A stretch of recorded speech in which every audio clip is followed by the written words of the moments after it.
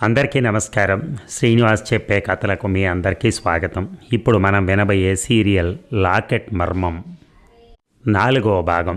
రచన కొమ్మూరి సాంబశివరావు గారు. మరి కథలోకి వెళ్దామా?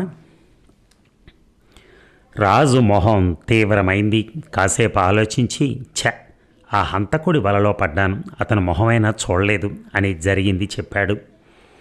ఇప్పుడు ఏం చేద్దాం, ఆ హంతకుడిని ఎలా పట్టుకోవటం అన్నాడు ఇన్స్పెక్టర్. నా చేతిలోంచి తీసుకున్న తోలు సంచిలో పాత గుడ్డలు రాళ్ళు తప్ప ఇంకేమీ లేవని తెలుసుకున్న తర్వాత హంతకుడు యుగంధర్ గారికి ఫోన్ చేస్తాడేమో అన్నాడు రాజు. అంతవరకు కాచుకుందామా అడిగాడు ఇన్స్పెక్టర్. యుగంధర్ ఏదో ఆలోచనలో ఉండి వెంటనే జవాబు చెప్పలేదు. 5 నిమిషాల తర్వాత ఇన్స్పెక్టర్, నా ఇంటి ముందు హత్య చేయబడ్డ అతను ఎవరో తెలిసిందా అడిగాడు. స్వరాజ్యరావు పెదిమ విరిచి, మిస్సింగ్ పర్సన్స్ లిస్ట్ చూసాం, అలాంటి మనిషి కనిపించడం లేదని రిపోర్ట్ రాలేదు, వస్తుందేమో. మా ఉద్యోగులు హతుడి ఆనవాళ్ళు కనుక్కునేందుకు ప్రయత్నిస్తూనే ఉన్నారు అన్నాడు. ఇన్స్పెక్టర్, హత్య చేయబడ్డ అతను పోలీస్ రికార్డుల్లో ఉండి ఉండొచ్చు, ఇటీవలే జైలు నుంచి విడుదలై ఉండొచ్చు, విచారించి చూడండి అన్నాడు యుగంధర్.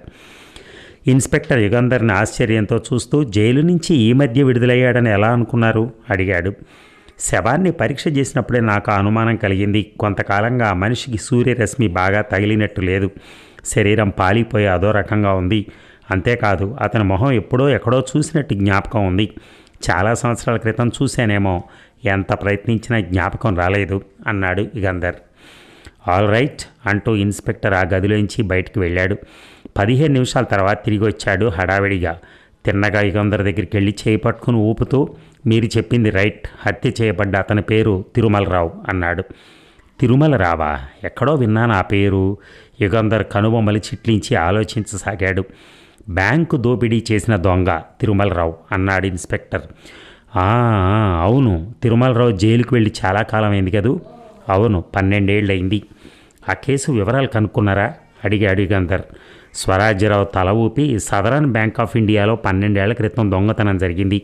ఆ బ్యాంకును రాత్రిళ్లు కాపలా కాచే 2 వాచ్మెన్లని కత్తితో పొడిచి బ్యాంకులో ప్రవేశించారు దొంగలు. బ్యాంకులో ఉన్న రొక్కమే కాక తాకట్టు పెట్టబడిన నగలన్నీ ఎత్తుకుపోయారు. ఆ నగల ఖరీదే 50 లక్షలకు పైగా ఉంటుందట. 2 వాచ్మెన్లో ఒక అతను తక్షణమే ప్రాణం విడిచాడు. దొంగలు వెళ్ళిపోయిన తర్వాత 2వ వాచ్మెన్ పాకుతూ వీధిలోకి వెళ్ళి అటుగా వెళ్తున్న ఒక మనిషిని పిలిచి పోలీసులకు రిపోర్ట్ చేయమన్నట్ట.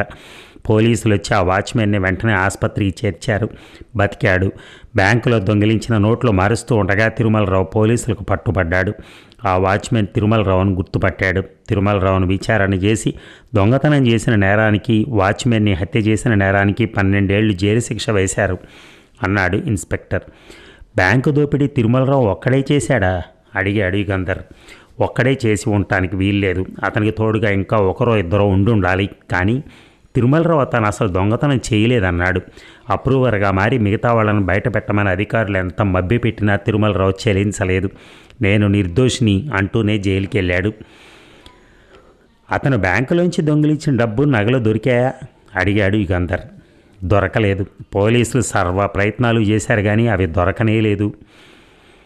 12 ఏళ్ల క్రితం నోట్లు కనుక ఆ నోట్లు ఈనాడు ఇట్టే పట్టుబడతాయి. కానీ ఆ నగలు 50 లక్షలు ఖరీదు చేసి ఆ నగలు ఎక్కడో దాచి ఉండాలి అన్నాడు యుగంధర్ ఆలోచిస్తూ. అవును, తిరుమలరావు 50 లక్షలు ఖరీదు చేసే నగలు ఎక్కడో దాచి ఉండాలి. జైలు నుంచి విడుదలై వచ్చిన తర్వాత తీసుకుందామని అనుకుని ఉంటాడు. అతను ఆ నగల కోసమే హత్య చేసి ఉండాలి అన్నాడు రాజు. ఇన్స్పెక్టర్, నగలు దొరక్కపోతే మీ పోలీసులు అంతటితో ఊరుకోరే? ఆ దొంగ జైలు నుంచి విడుదలై వచ్చిన తర్వాత అతని ద్వారానే వాటిని పట్టుకోవచ్చునని కాచుకుంటారే? ఆ దొంగ జైలు నుంచి విడుదల కాగానే అతన్ని మీ పోలీసులు వెంబడించి ఉండాలే అన్నాడు యుగంధర్. అవును, తిరుమలరావు విడుదల కానున్నాడని జైలు అధికారులు తెలిపారు. ఒక సబ్ ఇన్స్పెక్టరు, ఒక సార్జెంటు అతన్ని కంట కనిపెట్టేందుకు నియమింపబడ్డారు. కానీ దురదృష్టవశాత్తు తిరుమలరావు ఆ పోలీసు ఉద్యోగుల కళ్ళు గప్పి వాళ్ళ నుంచి తప్పించుకున్నాడు. ఇలా జైలు నుంచి విడుదల కాగానే తిరుమలరావు ఒక చిన్న హోటల్కి వెళ్ళి అక్కడ గది అద్దెకి తీసుకున్నట్ట. ఆ సాయంకాలం బయటికి రాలేదు. రాత్రి భోజనం చేసి గదిలోకి వెళ్ళాట. గదిలో దీపం లేకపోవడం చూసి తిరుమలరావు నిద్రపోయాడు అనుకుని పోలీసు ఉద్యోగులు కూడా నిద్రపోయారట. తెల్లారి లేచేటప్పటికీ తిరుమలరావు అతని గదిలో లేడట. ఆ 2 ఉద్యోగుల మీద చర్య తీసుకుంటున్నారనుకోండి అన్నాడు స్వరాజ్యరావు. యుగంధర్ తల ఊపి, కథ దారికొస్తోంది, అయోమయంగా ఉన్న సంఘటనలకు అర్థం కనిపిస్తోంది అన్నాడు. అవును, తిరుమలరావుకి తోడుగా ఒకరో ఇద్దరో ఉండి ఉండాలి. తిరుమలరావు ఆ నగలు ఎక్కడ దాచింది వాళ్ళకి తెలిసి ఉండదు. ఆ నగలు వాళ్ళు పంచుకునే ముందే తిరుమలరావు పట్టుబడి ఉంటాడు అంటూ రాజు యుగంధర్ వైపు చూశాడు. యుగంధర్ తల ఊపి చెప్పు అన్నాడు రాజును ప్రోత్సహిస్తూ. జైలు నుంచి విడుదలైన తర్వాత ఆ నగలు అమ్మి ఆ డబ్బుతో సుఖంగా ఉండొచ్చని తిరుమలరావు ఆలోచించి ఆ నగల గురించి కానీ తోడు దొంగల గురించి కానీ ఎవరికీ చెప్పలేదు. కిక్కురు మనకుండా 12 ఏళ్లు జైల్లో ఉన్నాడు. జైలు నుంచి బయటికి రాగానే తనను వెంబడిస్తున్న పోలీసులను మాయ చేసి తప్పించుకున్నాడు.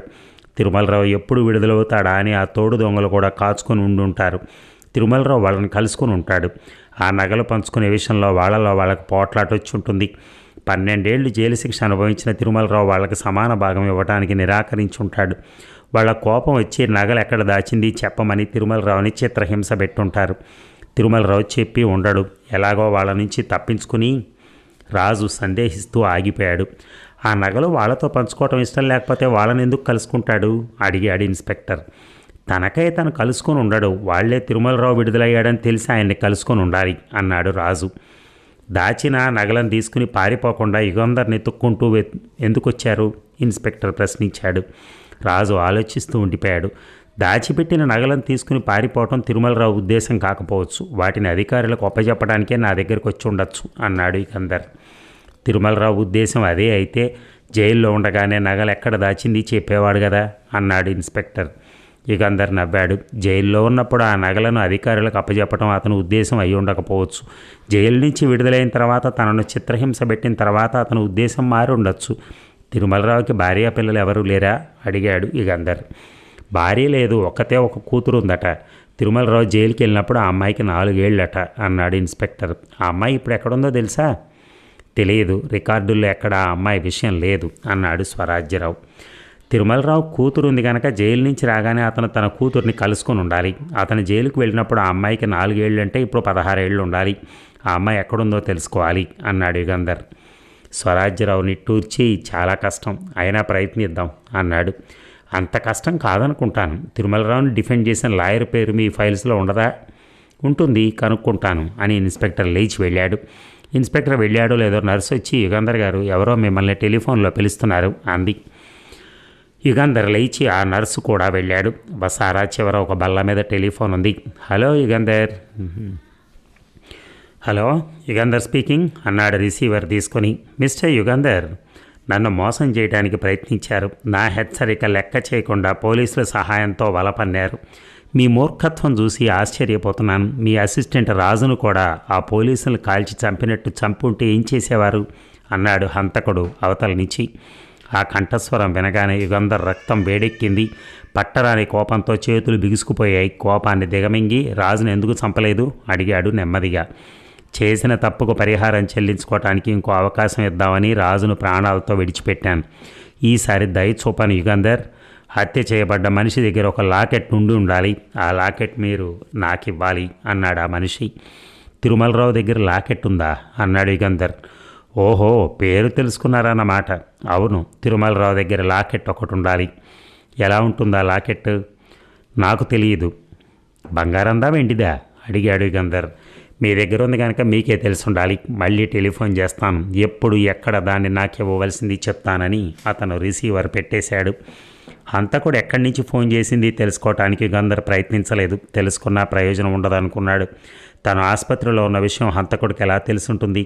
ఆ దరిదాపుల్లో ఎక్కడో ఉండి చూస్తున్నాడేమో. అతని ఆనవాళ్ళు ఏమీ తెలియవే, ఎట్లా పట్టుకోవటం? ఇలా ఆలోచిస్తూ యుగంధర్ రాజు పడుకున్న గదిలోకి వెళ్ళాడు. తిరుమలరావుని 12 ఏళ్ల క్రితం డిఫెండ్ చేసిన వకీలు పేరు ఎస్ శ్రీరాములు అని చెప్పాడు యుగంధర్ కోసం ఎదురు చూస్తున్న Swarajyarao. Address 797 Bells Road, Triplicane. పదండి అని యుగంధర్ తలుపు వైపు తిరిగాడు.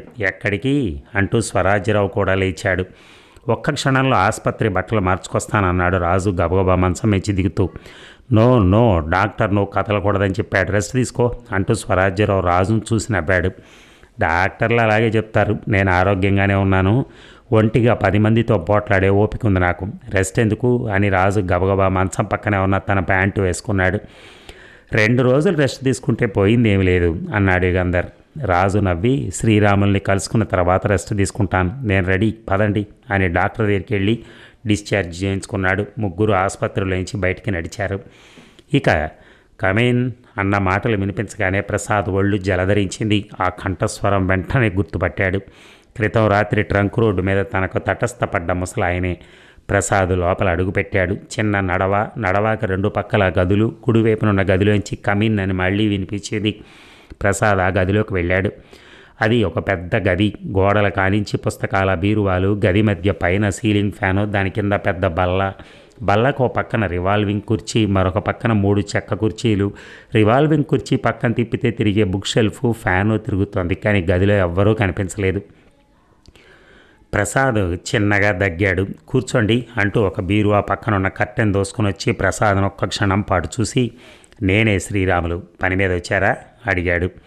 తను నిన్న రాత్రి ట్రంక్ రోడ్డు మీద చూసిన ముసలతను ఆయనే అని ప్రసాద్ నిశ్చయం చేసుకున్నాడు. కూర్చోకుండా అవును, పని మీదే వచ్చాను అన్నాడు. చెప్పండి, శ్రీరాములు వెక్కిరింపుగా అడిగాడు. మీరు ఆడుతున్న నాటకం ఏమిటో నాకు తెలియదు, కానీ నిన్న రాత్రి నా ఇంట్లో దొంగలు పడి సరోజను ఎత్తుకుపోయారు అన్నాడు ప్రసాద్. శ్రీరాములు కనుబొమ్మలు చిట్లించి మీరెవరు, సరోజ ఎవరు అడిగాడు. ప్రసాద్ మొహం ఎర్రనైంది. మీరు ఇలా అన్నంత మాత్రం నేను అయోమయంలో పడి వెళ్ళిపోతాననుకోకండి. సరోజన రాత్రి మీరే నా ఇంట్లోంచి ఎత్తుకొచ్చారు అన్నాడు. శ్రీరాములు నవ్వాడు. మిస్టర్ కీల్ ఫ్యాక్ట్ మెంటల్ ఆసుపత్రి నుంచి ఎప్పుడు డిశ్చార్జ్ అయ్యారు మీరు అడిగాడు శ్రీరాములు. ప్రసాద్ కొళ్ళు మండిపోయింది. శ్రీరాములు దగ్గరికి వెళ్ళి, మీరు ఇలా వెక్కిరిస్తూ మాట్లాడితే నేను వెళ్ళిపోతానని ఆశపడుతున్నారేమో. నా ప్రశ్నలకు సరైన సమాధానాలు ఇస్తే కానీ వెళ్ళను, లేదా నిన్న జరిగిందంతా పోలీసులకు రిపోర్ట్ చేస్తాను అని అన్నాడు. ఎందుకు ఇంతవరకు పోలీసులకు రిపోర్ట్ చేయలేదు మరి అడిగాడు ఆ ముసలతను నవ్వుతూ. ఏం జవాబు చెప్పాలో ప్రసాద్కు తోచలేదు. సరోజ పోలీసులకు రిపోర్ట్ చేయొద్దన్నదని చెప్తే సరోజ చేయొద్దన్న పని నువ్వు చేయవా అని శ్రీరాములు తనను మరింత పరిహాసం చేస్తాడు అనుకుని, మీ ప్రశ్నలకు జవాబులు చెప్పడానికి నేను రాలేదు. ఇంకొక 2 నిమిషాలు వ్యవధిస్తున్నాను. సరైన సమాధానాలు చెప్పారా సరే, లేదంటే ఇక్కడి నుంచి తిన్నగా పోలీస్ స్టేషన్కి వెళ్తాను అన్నాడు ప్రసాద్. శ్రీరాములు మళ్ళీ నవ్వాడు. నా అనుమతి లేదే నువ్వు ఈ గదిలోంచి కదలటానికి వీల్లేదు అన్నాడు. అతని చేతిలో తలతల నల్లగా పిస్తోలు మెరుస్తోంది. ప్రసాద్ క్షణం పాటు పిస్తోలును రెప్పవాల్చకుండా చూసి నవ్వాడు. ఇలాంటిది ఏదో జరుగుతుందని నాకు ముందే తెలిసి జాగ్రత్త పడ్డాను. 15 నిమిషాలలో ఈ ఇంట్లో నుంచి నేను సురక్షితంగా బయటికి వెళ్ళనట్లయితే పోలీసులు రెక్కలు కట్టుకుని ఇక్కడికి వస్తారు అన్నాడు. శ్రీరాములు అతని మాటలు నమ్మినట్టు కనపడలేదు. నేను 15 నిమిషాల్లో రాకపోతే మీ ఇంటి పక్కన ఉన్న కిళ్ళీ కొట్టు అతను పోలీసులకు ఫోన్ చేస్తాడు అన్నాడు. అంతలో ఎవరో వస్తున్న అలికిడై ఇద్దరూ తలుపు వైపు చూశారు. ప్రసాద్ రక్తం ఒక్కసారిగా పొంగింది. గిలిగింతలు పెట్టినట్టు అయింది. తలుపు దగ్గర వయ్యారంగా నిల్చున్న సరోజను రెప్ప వాల్చకుండా ఒక నిమిషం చూశాడు. సరోజ కూడా అతన్ని చూసింది. ఆమె కళ్ళల్లో ఏదో వెలుగు, ఆమె మనసులో ఏదో అనుభూతి మెరిశాయి. పెదిమలు కదిలాయి, కానీ మాటలు వినపడటం లేదు. ఆమె కనురెప్పలు రెపరెపలాడాయి. అతన్ని సూటిగా చూడలేక తల వంచుకుంది. ఏమిటి సరోజ అడిగాడు శ్రీరాములు చాలా ఆప్యాయంగా. బీరువా తాళం చెవులు ఎక్కడ పెట్టావు నాన్న అడిగింది సరోజ. ప్రసాద్ అది విని నివ్వెరపోయాడు. క్రిందటి రాత్రి ట్రంక్ రోడ్డు మీద తను చూసింది వీళ్ళనేనా అని సంశయం కలిగింది. అటువైపు తిరిగాడు. సరోజ అన్నాడు. ఏదో అడగాలనుకున్నాడు, కానీ ఏం అడగాలో తెలియలేదు. ఆమె అతని వైపు చూసింది. ఆమె కళ్ళల్లో మార్పు ఏమీ లేదు. తనను గుర్తుపట్టినట్టు కనిపించలేదు. ఎవరు మీరు అడిగింది. సరోజ, నేను నిన్న రాత్రి ట్రంక్ రోడ్డు మీద నిన్ను కారెక్కించుకుని మా ఇంటికి తీసుకెళ్ళాను, జ్ఞాపకం లేదు అడిగాడు. సరోజ కనురెప్పలు వాల్చకుండా అతను చూసింది. మీరు కలకన్నారేమో, లేదా నన్ను ఇంకెవరో అనుకుని పొరపడుతున్నారేమో అంది. నేను పొరపట్టం లేదు, నిన్న రాత్రి నా ఇంట్లోంచి ఎత్తుకొచ్చారు అన్నాడు ప్రసాద్. ఎవరితను అడిగింది సరోజ శ్రీరాముల వైపు చూసి. ప్రసాద్కి పిచ్చి పెట్టినట్టయింది. తను అసలు బతికున్నాడా లేదా అని అనుమానం కలిగింది. ఇదంతా అసలు కలయనేమో, నిజం కాదేమో అనుకున్నాడు. చేతి వెళ్ళు మెటికలు విరిచాడు. టకటకా మెటికలు విరిగాయి. ఇది కల కాదు. తనకు పిచ్చి పట్టలేదు. ఏమిటి ఇందులో మోసం? చప్పున సరోజ దగ్గరికి వెళ్ళి మొహంలో మొహం పెట్టి, సరిగా నన్ను చూడు, రాత్రి నిన్ను మా ఇంటికి తీసుకెళ్ళాను, నువ్వు ఆపదలో ఉన్నావని రక్షించడానికి వచ్చాను, ఎందుకు నాతో అబద్ధం చెప్తావు అరిచాడు. శ్రీరాములు నవ్వుతున్నాడు. ఆ నవ్వు పుండు మీద కారం జల్లినట్టుంది ప్రసాద్కి. సరోజకి శ్రీరాములకి మధ్య నిలబడ్డాడు ప్రసాద్. సరోజ కళ్ళల్లో భయం గమనించాడు. ఎందుకు భయపడతావు? నేను ఇక్కడ ఉండగా నీకేంటి భయం అన్నాడు. మీరు వెళ్ళండి, జోక్యం కల్పించుకోకండి, తర్వాత నేనే వచ్చి మిమ్మల్ని కలుసుకుంటాను అంది సరోజ అతని చెవిలో రహస్యంగా. తను కల కనటం లేదు, నిజంగా ఇదంతా జరుగుతోంది. సరోజ తనతో మాట్లాడింది, తనను గుర్తుపట్టింది, ఏదో ఆపదలో ఉంది. తనను గుర్తుపట్టినట్టు శ్రీరాములకి తెలియకూడదు, అందుకే ఇలా నటిస్తోంది అనుకున్నాడు ప్రసాద్. నానా, తాళం చెవులు ఎక్కడున్నాయి? శ్రీరాముల్ని అడిగింది సరోజ మళ్ళీ. బీరువా పక్కన గోడకున్న మేకుకు తగిలించాను అని. మిస్టర్, తక్షణం నువ్వు బయటికెళ్ళు అన్నాడు శ్రీరాములు. ప్రసాద్కి ఏం చేయాలో తోచలేదు. ఒక్క నిమిషం పాటు అసందిగ్ధంగా అక్కడే నిల్చున్నాడు. తర్వాత చకచకా బయటికి నడిచాడు. ఇక బెల్స్ రోడ్లో 797 ఇంటి ముందు యుగంధర్ కిల్లర్ కారు ఆపాడు.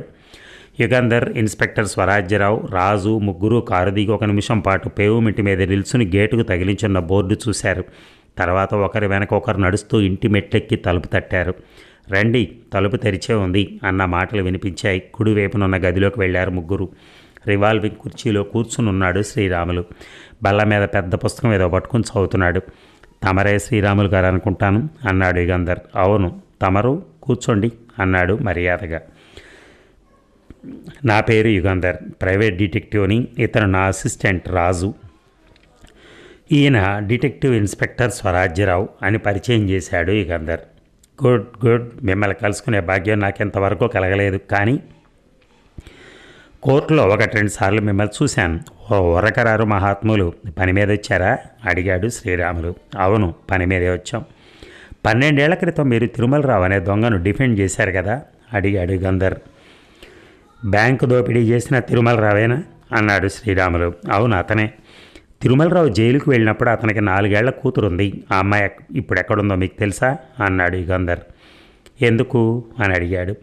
తిరుమలరావు 10 రోజుల క్రితం జైలు నుంచి విడుదలై వచ్చాడు. పోలీసులు అతన్ని ఒక కంట కనిపెడుతూ ఉండినా ఎలాగో వాళ్ళని తప్పించుకుని పారిపోయాడు. అతను మీ దగ్గరికి వచ్చాడా? లేదే. తిరుమలరావు బ్యాంకు నుంచి దోపిడీ చేసిన నగలు పోలీసులకి చిక్కలేదని మీకు తెలుసా? అవును. వాటి కోసమా మీరు తిరుమలరావు కూతురు ఎక్కడుందని తెలుసుకోవాలనుకుంటున్నారు? అవును. ఐఎమ్ సారీ, నాకు తెలియదు అన్నాడు శ్రీరాములు. శ్రీరాములు గారు, తెలిస్తే చెప్పండి అన్నాడు స్వరాజ్యరావు కాస్త కటువుగా. ఇన్స్పెక్టర్ని కోపంగా చూశాడు శ్రీరాములు. నేను లాయర్నని మర్చిపోకండి. ఆ అమ్మాయిని నా క్లయింట్ ఎక్కడో దాచాడనుకోండి. ఎక్కడ దాచింది ఎవరికీ చెప్పొద్దని నన్ను కోరి ఉంటే అది ప్రివిలేజ్డ్ కమ్యూనికేషన్ అన్నాడు శ్రీరాములు. యుగంధర్ దగ్గి, మీతో లా గురించి తగాదా పెట్టుకోవడానికి మేము ఇక్కడికి రాలేదు. మీ సహాయం కోరి వచ్చాం. ఆ అమ్మాయి ఉనికి చెప్పడానికి మీకు అభ్యంతరం ఏమిటి అడిగాడు. తండ్రి జైలుకు వెళ్ళినప్పుడు ఆ అమ్మాయి పసిది, ఊహ కూడా తెలియదు. తండ్రి జైలుకి వెళ్ళిన సంగతి ఆ పిల్లకి తెలియదు. మీరు వెళ్ళి వెనకటి సంగతులన్నీ తవ్వి ఆ అమ్మాయిని మీ ప్రశ్నలతో బాధపెట్టి ఆమె తండ్రి పెద్ద దొంగ అని ఆ అమ్మాయికి చెప్పి నెమ్మదిగా సుఖంగా ఉన్న ఆ అమ్మాయిని బాధ పెడతారు అన్నాడు శ్రీరాములు. ఇన్స్పెక్టర్ స్వరాజ్యరావు కోపంగా చూశాడు. శ్రీరాములు గారు, నేను హత్య కేసు పరిశోధిస్తున్నాను. నేను అడిగిన ప్రశ్నలకు సరైన సమాధానం ఇవ్వకపోతే పోలీసు ఉద్యోగి దర్యాప్తుకు అడ్డం వచ్చినందుకు, హత్యకి సంబంధించిన వివరాలు దాచినందుకు మీ మీద ఛార్జీ పెడతాను. మీరు లాయర్ అయినంత మాత్రాన్ని నేను భయపడను అన్నాడు. శ్రీరాములు ఇన్స్పెక్టర్ని కోపంగా చూశాడు. హత్య? ఎవరు హత్య చేపడ్డారు?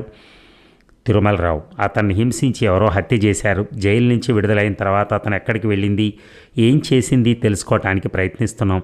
అతని కుమార్తె ఎక్కడుందో ఇప్పుడైనా చెప్తారా అడిగాడు ఇన్స్పెక్టర్. ఇన్స్పెక్టర్, మీరు బెదిరించి ప్రయోజనం లేదు. నాకు చెప్పడం ఇష్టం లేకపోతే ఎవరు నా చేత చెప్పించలేరు. కానీ యుగంధర్ లాంటి పెద్ద మనిషి నా ఇంటికి వచ్చి నన్ను సహాయం కోరితే నిరాకరించడం నాకు ఇష్టం లేదు.